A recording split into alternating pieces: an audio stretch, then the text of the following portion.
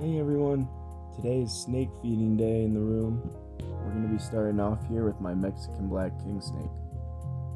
She's about 2.5 years old, almost 3, and at the moment she's eating 2 frozen thawed hoppers a week. I can tell she could handle something bigger. You'll see she makes pretty quick work of this hopper, so I'd like to switch on to something bigger, some small rats or some larger mice. And to be honest, I'll probably switch between the two to keep some variety and let her get some different nutrients. I'd also like to start offering her some of my excess guppies because I know that they can eat fish in the wild. Mexican black king snakes specifically will probably be eating more lizards in the wild as well as small rodents, maybe some birds if they can catch them. But with what I got, mice and fish could be pretty good. I know other people that keep king snakes like to offer them things like frog legs or chicken hearts, organ meat like that. So I'll probably offer some of those at some point. But in the meantime, we go with what we got. Where she's eating this mouse now is where she spends a lot of her time during the day, basking underneath the heat lamp and the UVB light. I like to offer UVB because it's natural and it helps them to synthesize calcium and to build strong bones. So in the meantime, things like mice and other whole prey items with organs and bones are good. Pretty cool to see her gobble it down. She knows what she's doing. She always starts with the head on her own. You can see there's some pothos leaves up around her, as well as a succulent in the corner. I tried to use plants that could handle high heat and lower humidity. The succulents do great. I've got some aloe plants scattered around as well as a ZZ plant. Substrate is a mix of topsoil and play sand with some sphagnum moss and leaf litter mixed in.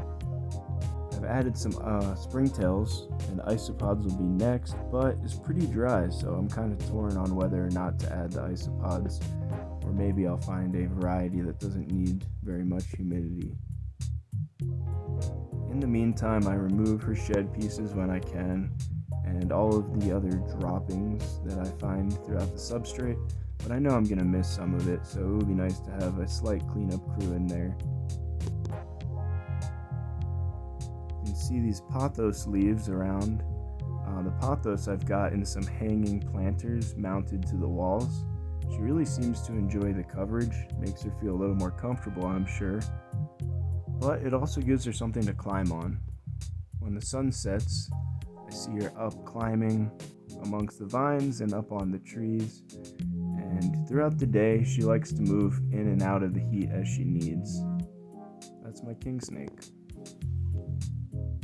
Next up is my ball python. He is a pastel banana and he's about 6 months old.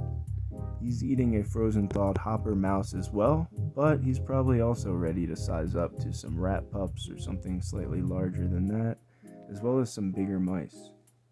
But in the meantime, he's happy to get what he gets. You can see over here I've got a cave that I made out of styrofoam as a base with expanding foam.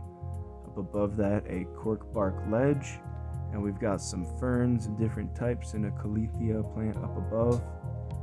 He does come out from time to time and explore, but most of the time I see him go between his little rock hide here and that foam cave on the other side, depending on the conditions he's looking for. I've noticed keeping the humidity up can be tricky, and this cave he's in right now is more of a humid hide, so maybe he goes in there when he wants to shed, or maybe it's just to go for the temperature or to change things up. Who knows? You can see here, now that he's confident that mouse isn't going to move around, he brings it into his cave to enjoy his meal in peace.